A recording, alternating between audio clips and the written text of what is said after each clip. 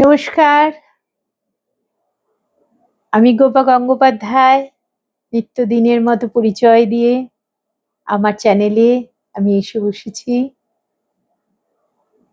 আজকে সকাল থেকে একটা কবিতা মনের মধ্যে গুনগুন গুনগুন করছিল। কারণ অবশ্য আমার স্বামী এই কবিতাটা আমায় সকালবেলা দিয়ে বলল, আজকে এটা তুমি পড়ো। তাই কবিতাটা পড়তে বসলাম। অনেকদিন বাদে পড়তে বসলাম, সুতরাং কেমন পড়বো আমি নিজেই নিজের উপর কনফিডেন্ট নই, তো পড়ি, আপনারা শুনুন কেমন লাগে।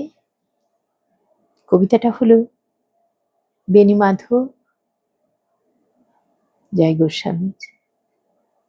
এটা একটা বিখ্যাত কবিতা, অনেকেই পাঠ করেছেন নানানভাবে।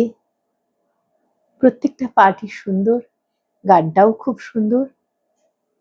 এত সুন্দরের মেলার মধ্যে এটা কোথায়, আমার পাঠটা কেমন লাগে আপনাদের দেখুন। তাহলে আমি আরম্ভ করছি। বেণীমাধব, বেণীমাধব, তোমার বাড়ি যাব।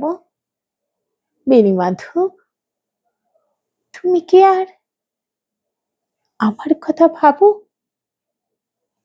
বেণীমাধব, মোহনবাসী তমাল তরু মূলে বাজিয়েছিলে, তখন আমি মালতী স্কুলে ডেস্কে বসে অঙ্ক করি, ছোট্ট ক্লাস ঘর।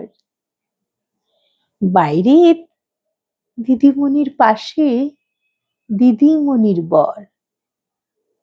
আমি তখন নবম শ্রেণী, আমি তখন শাড়ি। আলাপ হলো বেণীমাধব সুলেখাদের বাড়ি। বেণীমাধব, বেণীমাধব লেখাপড়ায় ভালো, শহর থেকে বেড়াতে এলে আমার রং কালো। তোমায় দেখে এক দৌড়ে পালিয়ে গেছি ঘরে। বেণীমাধব, আমার বাবা দোকানে কাজ করে। কুঞ্জে অলি গুঞ্জে তবু ফুটেছে মঞ্জরি, সন্ধেবেলা পড়তে বসে অঙ্কে ভুল করি। আমি তখন নবম শ্রেণী, আমি তখন 16। ব্রিজের ধারে বেণীমাধব লুকিয়ে দেখা হলো। বেণীমাধব, বেণীমাধব, এত দিনের পরে সত্যি বলো, সেসব কথা এখনো মনে পড়ে? সেসব কথা বলেছ, সেসব কথা বলেছ তুমি তোমার প্রেমিকাকে? আমি কেবল একটি দিন তোমার পাশে তাকে দেখেছিলাম, আলোর নিচে অপূর্ব সেই আলো।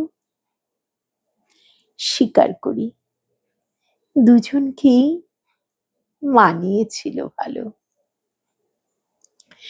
জুড়িয়ে দিল চোখ আমার, ফুরিয়ে দিল চোখ। বাড়িতে এসে বলেছিলাম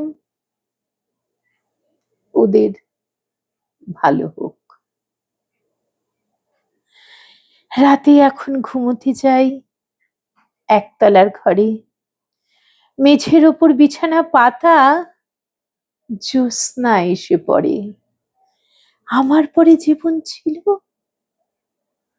চোরা পথের বাঁকে মিলিয়ে গেছে জানি না আজ কার সঙ্গে থাকে। আজ জুটছে, কাল কি হবে খালির ঘরে শুনি। আমি এখন এই পাড়ায় সেলাই দিদিমণি, তবুও আগুন। বেণীমাধব, আগুন জ্বলে কই, কেমন হবে,